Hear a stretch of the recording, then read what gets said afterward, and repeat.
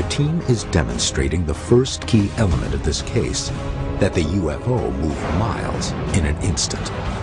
Ted and Barron, as the UFO, make a very fast and exaggerated turn at maximum speed. It jumped from here to here, just like that. Bill Scott and Joker attempt to follow from a slow and gliding start. Roger, on this one we got to simulate a right turn trying to track the target, and this is simulating the target jumping 10 degrees in a very short amount of time. Barron has the lead. All right, Bill, looks like we got target acquisition about 9:30, 10 o'clock.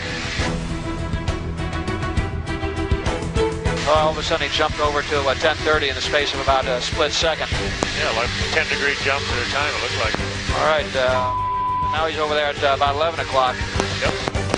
We're in the right turn trying to track him here. Every time we get close enough, he jumps out about another 10 degrees. At about 25 miles out, that's about a 3-mile change every second or so. Yeah, it's pretty dramatic. It's just an instantaneous acceleration. He's not even, it's just a split second, and he's another 10 degrees over there. Now he's at about 11 o'clock.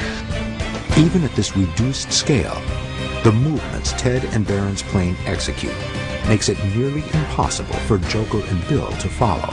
Imagine this scenario when both craft are traveling at over 1,000 miles per hour.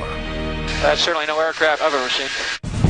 The team's second simulation will demonstrate the incredible speed at which the secondary object was moving as it raced directly at Jafari's F4E-Phantom. Although the single-engine Marchetti aircraft being flown today are nowhere near the F4E-Phantom's capabilities, they will be able to demonstrate the sense of speed and closure rate that Jafari experienced as the secondary UFO approached and circled his supersonic fighter. We'll check about 90 right, and Barron will set up for another pass. Okay, Barron is coming in. Roger. Not a whole lot of margin for error there. This is what it looks like when two objects, both traveling at 160 miles per hour, pass in opposite directions at a distance of 50 feet. It is just a blur. Now imagine this scenario at night, and both Jafari and the UFO are traveling toward each other at a combined speed of over 2,000 miles per hour. The team repeats this maneuver, this time even faster and even closer.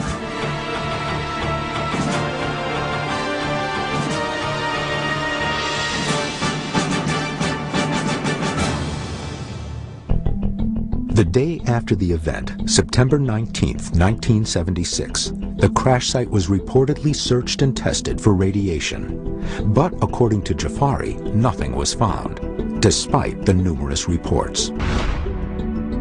Okay, let's go home.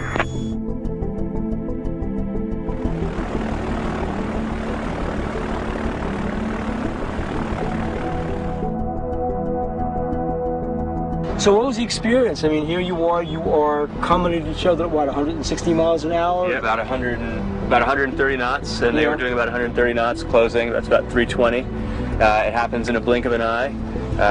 You know, they're a tiny black speck way off in the distance, and a few seconds later, they're blowing right by you, 300 plus miles an hour.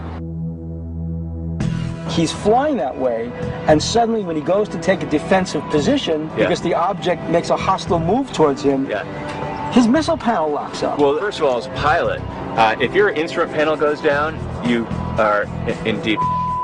There's no way it's meant to happen. These systems are built, they've evolved, they're the most robust engineering that we have. You know, there's equipment that's used for war. It's got to be incredibly robust. It's got to last up through, you know, bullets going through it, and to have your entire panel go down is stunning. And it's not just the pneumatic system, it's not just the electrical system, it was all the systems. And like, I can't even imagine an explanation for how that would happen physically.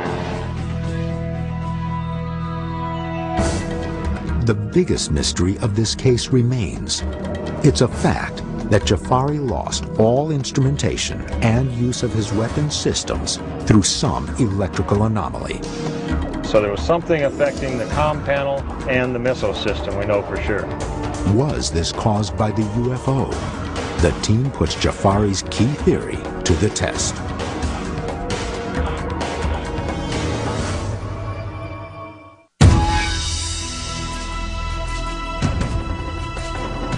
In the Iranian case, when the F4 ran out there, the pilot, I'm sure, was very confident. He had one of the top fighters of the world.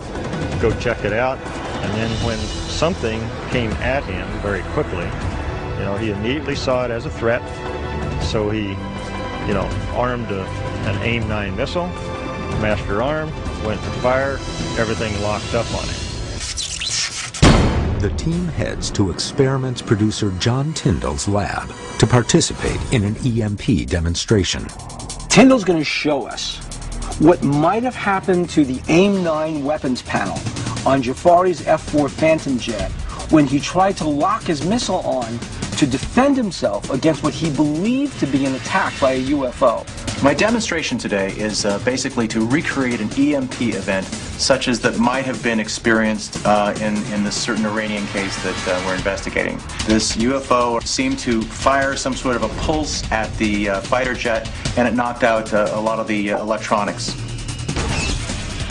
So basically I have an EMP generator. We're going to kind of investigate what was going on in the Iranian case. His instrumentation all went down, his weapons locked, and somehow this thing was able to basically control his airplane and prevent him from firing. What we have here is basically a modified Tesla coil, and what that means is we're going to take house current at 110 volts, take it up to 15,000 volts. The charge is building up within the capacitors until it reaches a threshold, and then bam, it is going into this coil and inducing current up into this coil.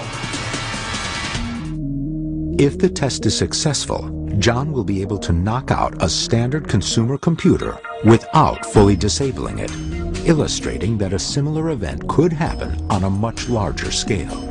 One of the things about onboard computers and fly-by-wire airplanes is that they usually have a built-in protection, which is the airframe itself. We're going to set up a flight simulator here and show how the effects of this EMP burst will disrupt, flight computers or any kind of computer for that matter. Whoa! All right, level it off, baby. Breathe it, I'm easing in. So we can say at this point we're like about to say at the 25-mile point. I think you want to come over next to me. Okay. Lights. All right. Are you ready? In 3, 2, 1.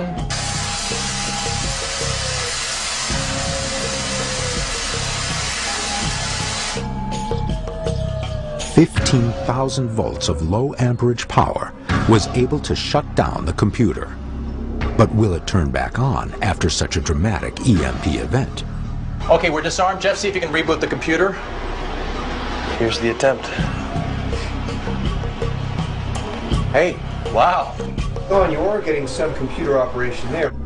Yep, it came back. CPU did not die. Like Jafari's electronics, the computer returns to normal at the end of the pulse. John, you've demonstrated that you were able to render a panel on that computer inoperative in much the same way that an electron beam or whatever beam that UFO fired rendered Jafari's controls inoperable on that night in 1976.